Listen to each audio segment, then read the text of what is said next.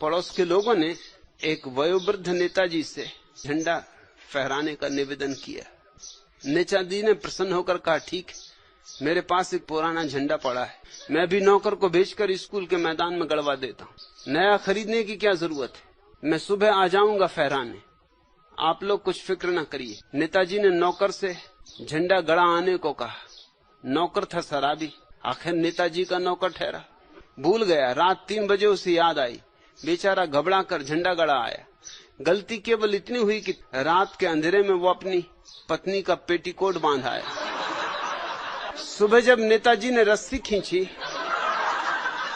तो पेटीकोट हवा में लहरा उठी। भीड़ ने उचक उचक के तालियां पीटी। नेताजी बोले, भाइयों और बहनों, मुबारक हो। फिर उन्होंने झंडे की तरफ इशारा करके कहा, यही है वह राष्ट्रीय प्रतीक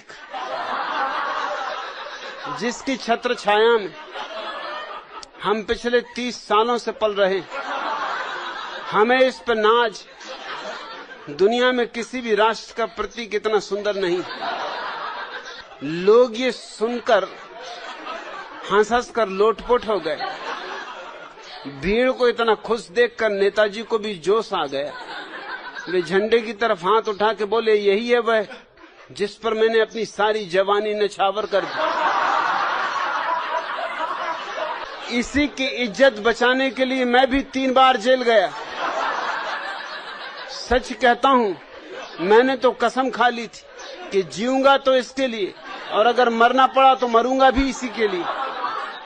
नेताजी ने कहना जारी रखा, यद्यपि यह भी एक कपड़े का टुकड़ा ही है, मगर इसमें ऐसे ऐसे राज छिपे कि इसके पीछे कई मर्दों ने अपने प्राण तक कुर्बान कर दी।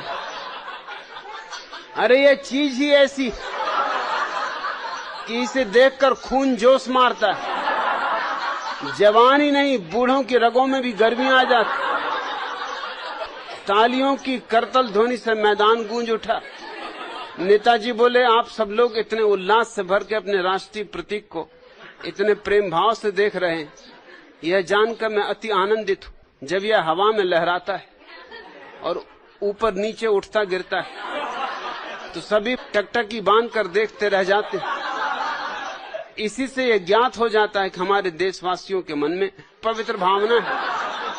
और जब हम इसे ऊपर उठाकर शान से सड़कों पर चलते हैं तो क्या जवान क्या बूढ़े सभी आह्लादित हो उठते। मुझ बूढ़े की यह प्रार्थना है कि जब मैं मर जाऊं तो मेरे ऊपर कफन की जगह इसी को गड़ा देना, ताकि जिससे जिंदगी भर चाहा मरते वक्त उसी के नीचे लेटने की मेरी आत्मा को संतोष मिले। और अब मैं जाता हूं उस हरामजादे नौकर की तलाश में जो कि झंडे की जगह लगता पेटी को डंडे से बांध गया।